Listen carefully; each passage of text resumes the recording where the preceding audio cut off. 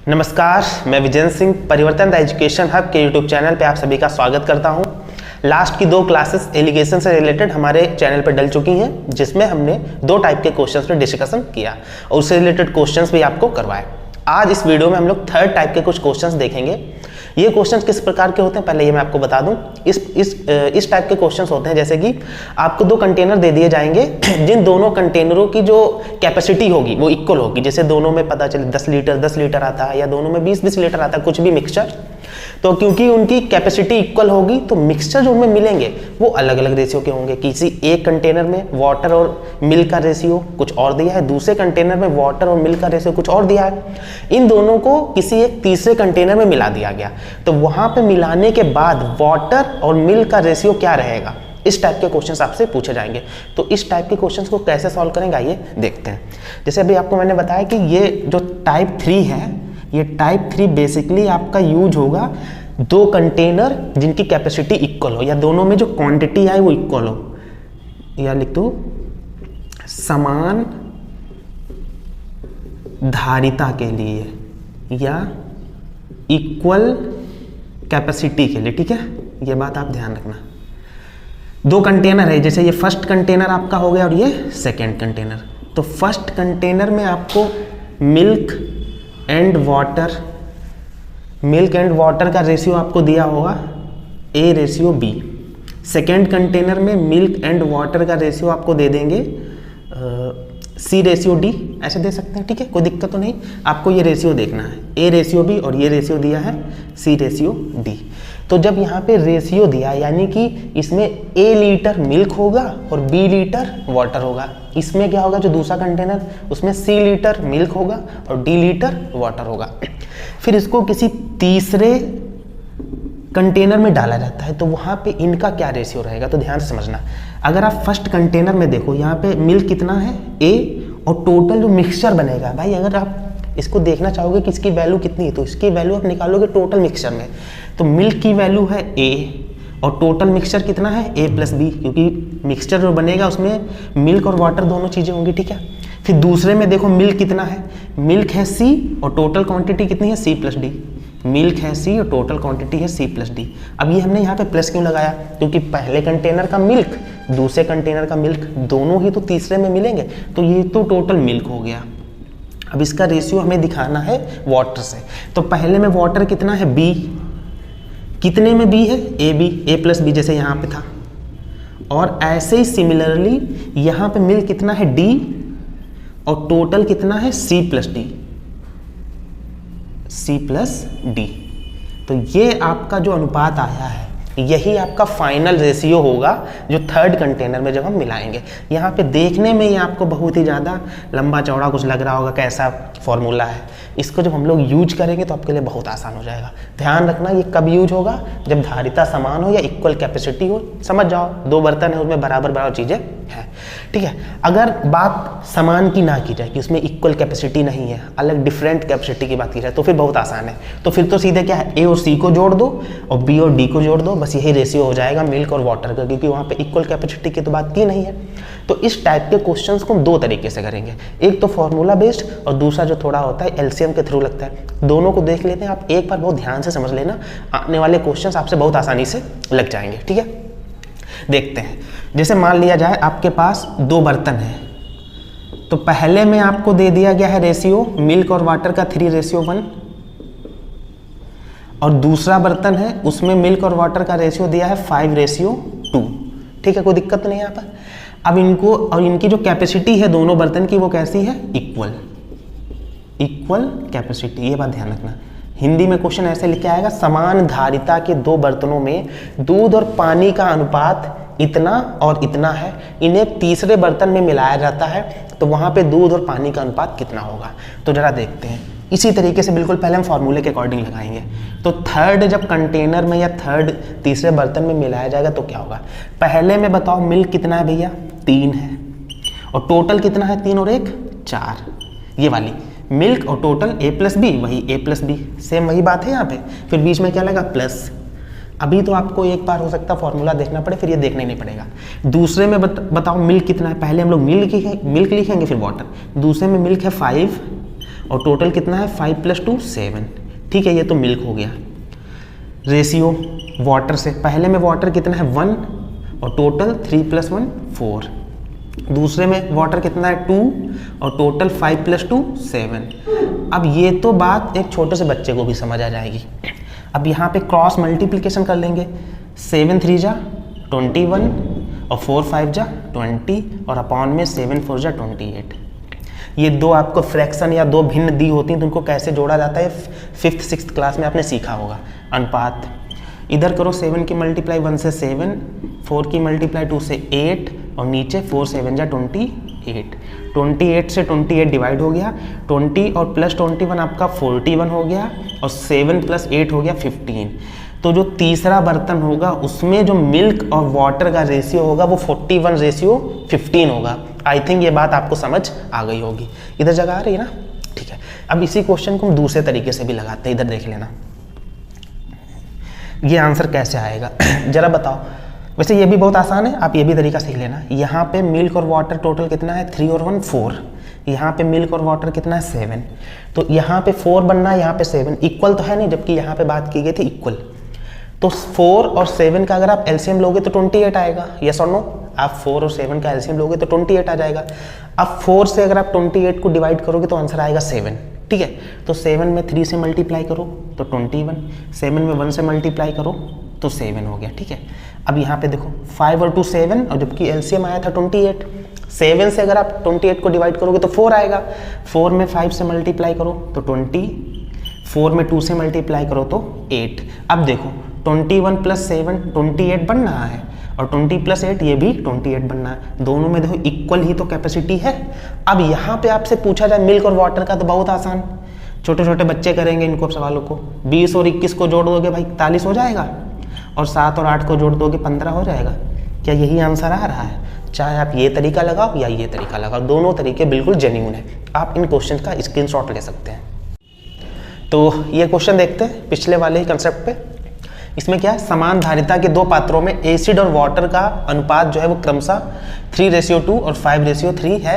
ये दोनों मिश्रणों को मिला दिया जाए तो नया अनुपात बताइए। तीसरे बर्तन में जो मिलाया गया तो वहाँ पर अनुपात क्या होगा। दोनों तरीकों से सीखते हैं। जैसे पहले में देखे भैया, एसिड कितना है? एसिड है 3 और टोटल कितना है 3 + 2 5 प्लस दूसरे में एसिड कितना है 5 और टोटल कितना है 5 + 3 8। तो ये तो एसिड हो गया। रेशियो वाटर, पहले में वाटर कितना है 2 और टोटल वाटर कितना होगा 2 + 3 5 प्लस दूसरे में भैया वाटर कितना है 3 और टोटल हो जाएगा 3 + 5 8। कोई दिक्कत यहाँ तक नहीं होनी चाहिए। अब तो बहुत आसान क्वेश्चन हो गया।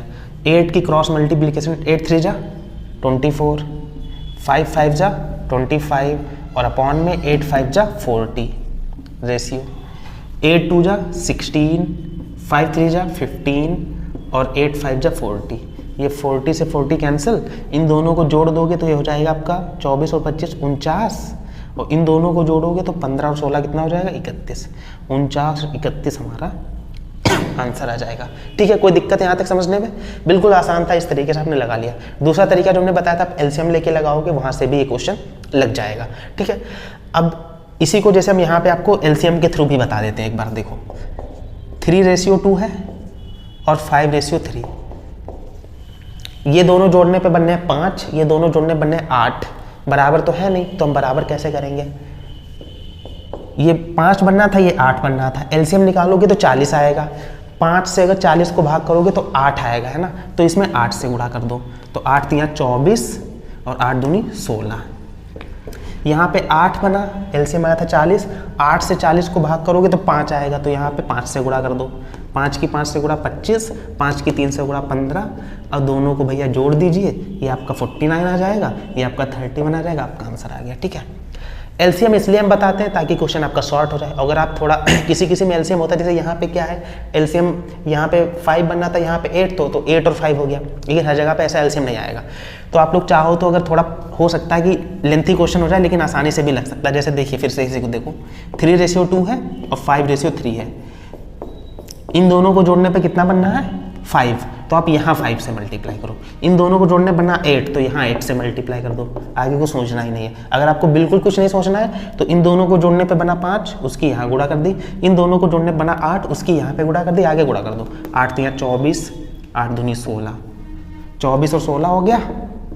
और यहाँ पे 25, 5 यहाँ 15 हो गया। ठीक है, अब चाहे जोड़ के भी देखो 24 और 16 40 और 25 15 40 बराबर भी है। और रेशियो कितना आ जाएगा, इन दोनों को जोड़ दोगे तो 49 और इन दोनों को जोड़ दोगे तो कितना आ जाएगा 31। और ये डिवाइड भी नहीं होगा तो 49, रेशियो 31 आपका आंसर आएगा। ठीक है, इतनी बात आपको आई थिंक समझ आ गई होगी। इस क्वेश्चन का आप स्क्रीनशॉट ले लीजिए।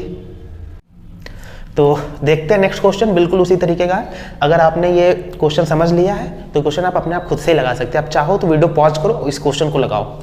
दोनों तरीके से कोशिश करेंगे। 2 तरीके हमने बताए हैं, 2 के हमने 3 तरीके आपको बता दिए हैं एक तरीके से। देखो पहले यहाँ पे मिल्क कितना है, मिल्क और वाटर। मिल्क है पहले वाले में 4 और टोटल कितना है 4 + 3 7। ठीक है, प्लस दूसरे में मिल्क कितना है 2 और टोटल कितना है 2 + 3 5। ये तो मिल्क हो गया। इसका रेशियो बताना है हमें वाटर के साथ। तो पहले में वाटर कितना है 3 और टोटल कितना है 7। फिर यहाँ पे वाटर कितना है 3 और टोटल है 5, 3 और 5। बहुत सिंपल हो गया। इसकी मल्टीप्लाई इधर की तो ये 20 हो गया, इसकी मल्टीप्लाई इधर की तो ये 14 हो गया। 5 4 जा 20, 7 2 जा 14 और अपॉन में 7 5 जा 35। रेशियो 3 5 जा 15 प्लस 7 3 जा 21 और अपॉन में 35। एक बार फिर से देख लो, 5 3 जा 15, 7 3 जा 21। ये तो कैंसिल हो गए। इन दोनों को जोड़ दो आप तो 20 और ये हो जाएगा 34, ये हो जाएगा 36। अब चाहो तो इसको कैंसिल कर लो 2 से, तो ये 17 आ जाएगा और ये आ जाएगा आपका 18। अगर 2 से दोनों को डिवाइड करोगे तो 17 और 18 आपका आंसर आ जाएगा। ठीक है, इसी क्वेश्चन को दूसरे तरीके से भी सीखते हैं।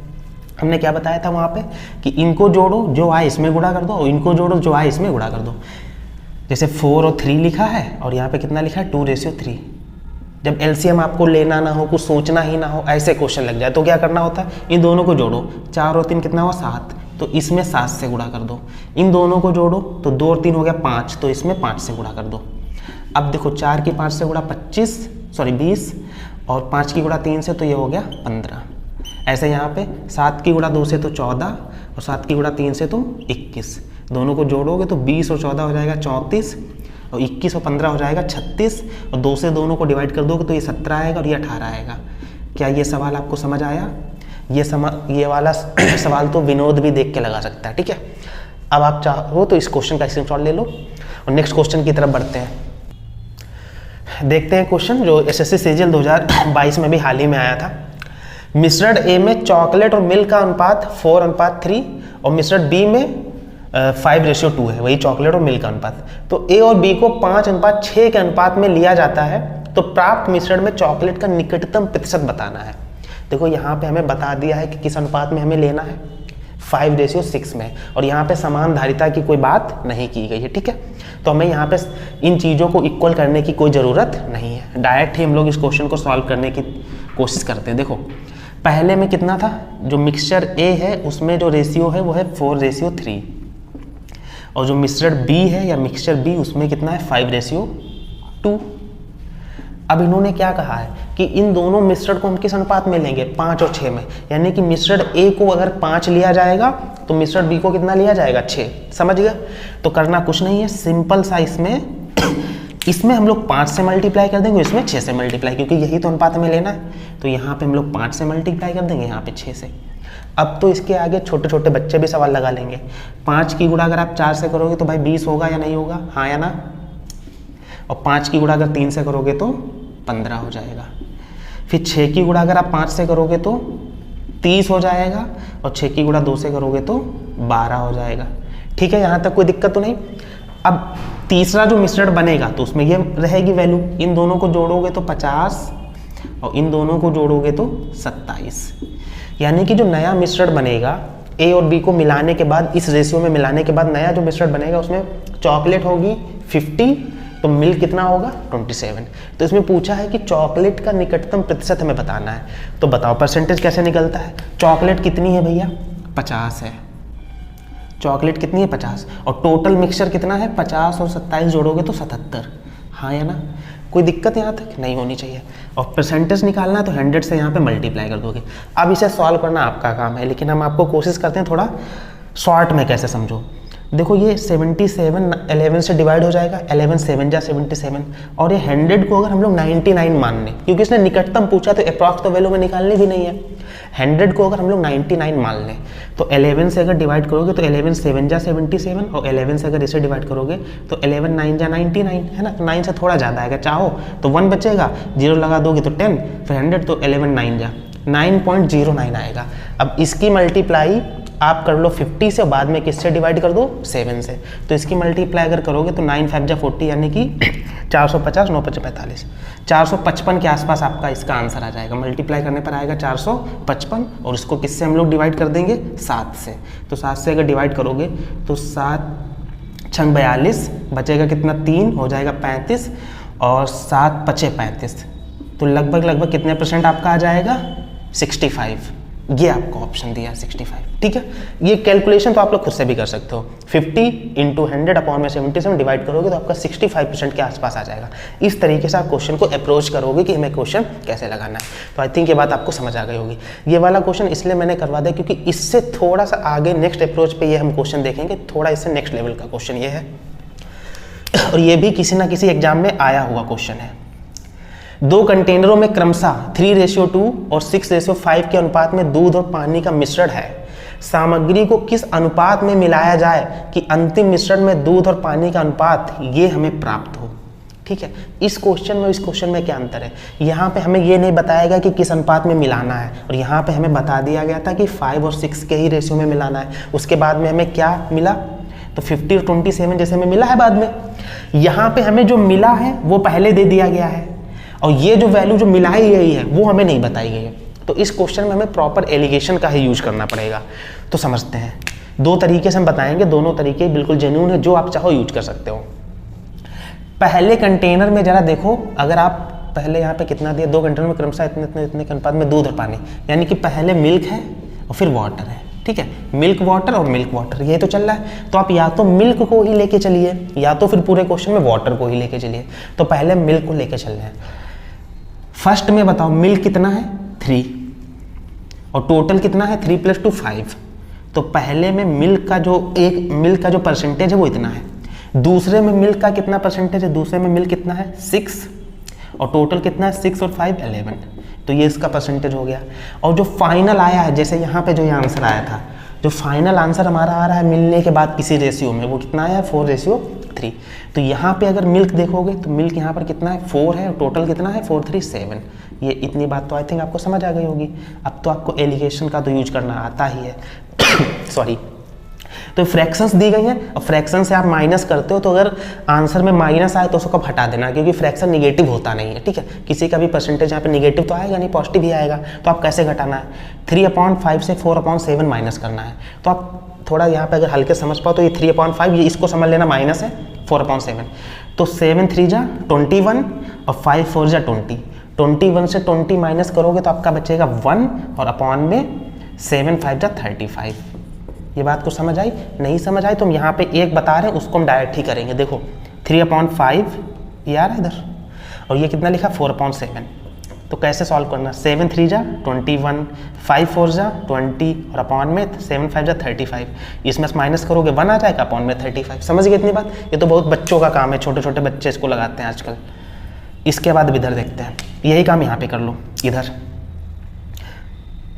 सॉरी, आई थिंक मैंने कुछ गलत कर दिया, सॉरी। ये वाला रेशियो इधर लिखना, क्योंकि इन दोनों को घटाया तो इधर लिखा जाएगा, तो ये 1/35 इधर लिखा जाएगा। ये ध्यान रखना, इन दोनों को सॉल्व किया तो इधर जाएगा, और इन दोनों को सॉल्व करेंगे तो इधर आएगा। तो ये इधर आपको लिखना था। अब इसमें देखिए 7 की मल्टीप्लाई अगर आप 6 से करोगे तो 42, और 11 की मल्टीप्लाई 4 से करोगे तो 44, और 44 से 42 अगर आप माइनस करोगे तो 2 बचेगा, और नीचे 11 7 जा 77। यही तो हमारा रेशियो आया, हाँ या ना? अब इसको सॉल्व कैसे करेंगे, ये भी एक फ्रैक्शन है और ये भी एक फ्रैक्शन है। तो जब फ्रैक्शन रेशियो में दिया तो इनकी क्रॉस मल्टीप्लिकेशन कर दो। 35 की 2 से मल्टीप्लाई करोगे तो 70 हो जाएगा, यस और नो? और 77 की 1 से मल्टीप्लाई करोगे तो भाई 77 हो जाएगा। इधर नीचे आ जाएगा, इधर आ जाएगा ना? तो इसको अगर हम लोग अब 7 से डिवाइड कर दें तो इसको अगर 7 से डिवाइड करोगे तो 10 आएगा और इसको 7 से डिवाइड करोगे तो 11 आएगा। यानी कि जो हमसे पूछा गया था कि किस अनुपात में मिलाना पड़ेगा, तो हमें किस अनुपात में मिलाना पड़ेगा 10:11। जैसे यहाँ पे 5 और 6 पे मिलाया गया था वैसे 10 और 11 में मिलाया जाएगा। एक बार फिर से समझ लो, इस टाइप के क्वेश्चन में जैसे हम यहाँ पे मिल्क को लेके चले 3/5, यहाँ पे 6/11 और यहाँ पे 4/7। अगर आप वाटर को लेके चलते हो तो वाटर कितना 2/5, यहाँ पे कितना हो जाएगा 5/11 और यहाँ पे हो जाएगा 3/7। उससे भी आपका सेम यही आंसर आएगा। यहाँ पे माइनस करने पे अगर माइनस आता है, अगर आपने माइनस किया और फ्रैक्शन में माइनस आता है तो आप उस माइनस चिन्ह को हटा देना, क्योंकि फ्रैक्शन निगेटिव नहीं होता है, आपके रेशनल नंबर निगेटिव हो सकते हैं। ठीक है, अब आप इसका स्क्रीनशॉट ले लो। इसी टाइप के और भी क्वेश्चन अभी हम करवाएंगे। तो ये नेक्स्ट 2 क्वेश्चंस और हैं, इनको देख लेते हैं।